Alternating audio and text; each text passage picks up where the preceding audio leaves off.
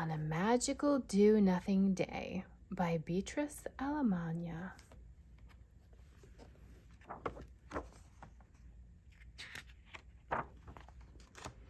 Here we were again, me and Mom in the same cabin, the same forest, the same rain, Dad back in the city. Mom sat at her desk quietly writing while I destroyed Martians. Actually, I was just pressing the same button over and over. I wish Dad were here.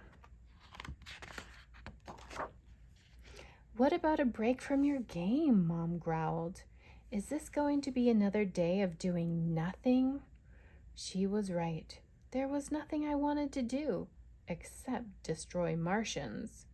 She took the game out of my hands and hid it as usual. I found it as usual and went outside, where it felt like everything in our garden was hiding from the rain.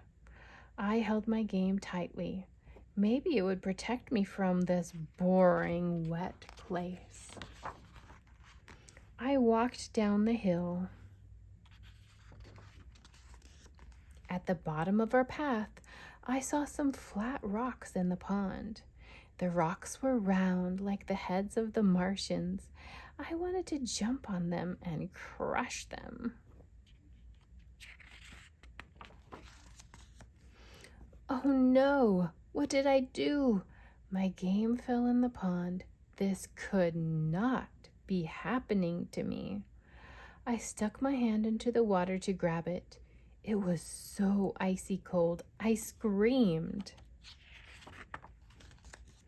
Without my game, I had nothing to do. The rain felt like rocks were hitting me.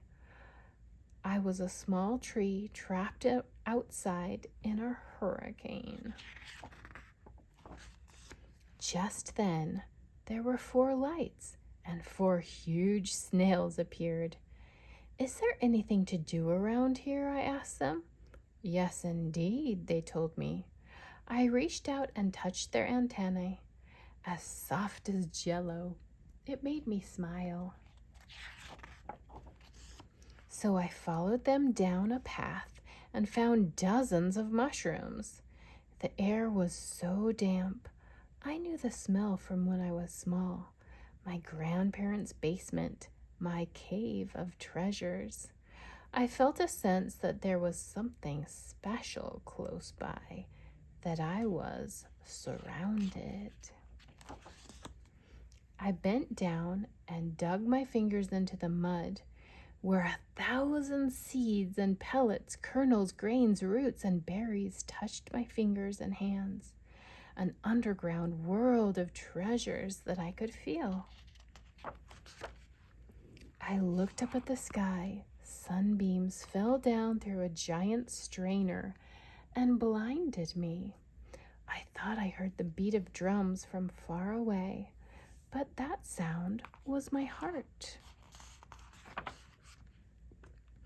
I filled up with energy and began running fast. So fast, I fell down the hill. At the bottom, everything was turned upside down. The whole world seemed brand new, as if it had been created right in front of me. I climbed a tree and looked out as far as my eyes could see. I breathed in air until my lungs were bursting. I drank the raindrops like an animal would. I noticed bugs I'd never seen before. I talked to a bird. I made my biggest splash. Then I collected smooth stones as clear as glass and watched the world shining through them. Why hadn't I done these things before today? Soaked to my bones, I ran inside the house, took off my coat, and looked in the mirror. Oh, I thought I saw my dad smiling at me.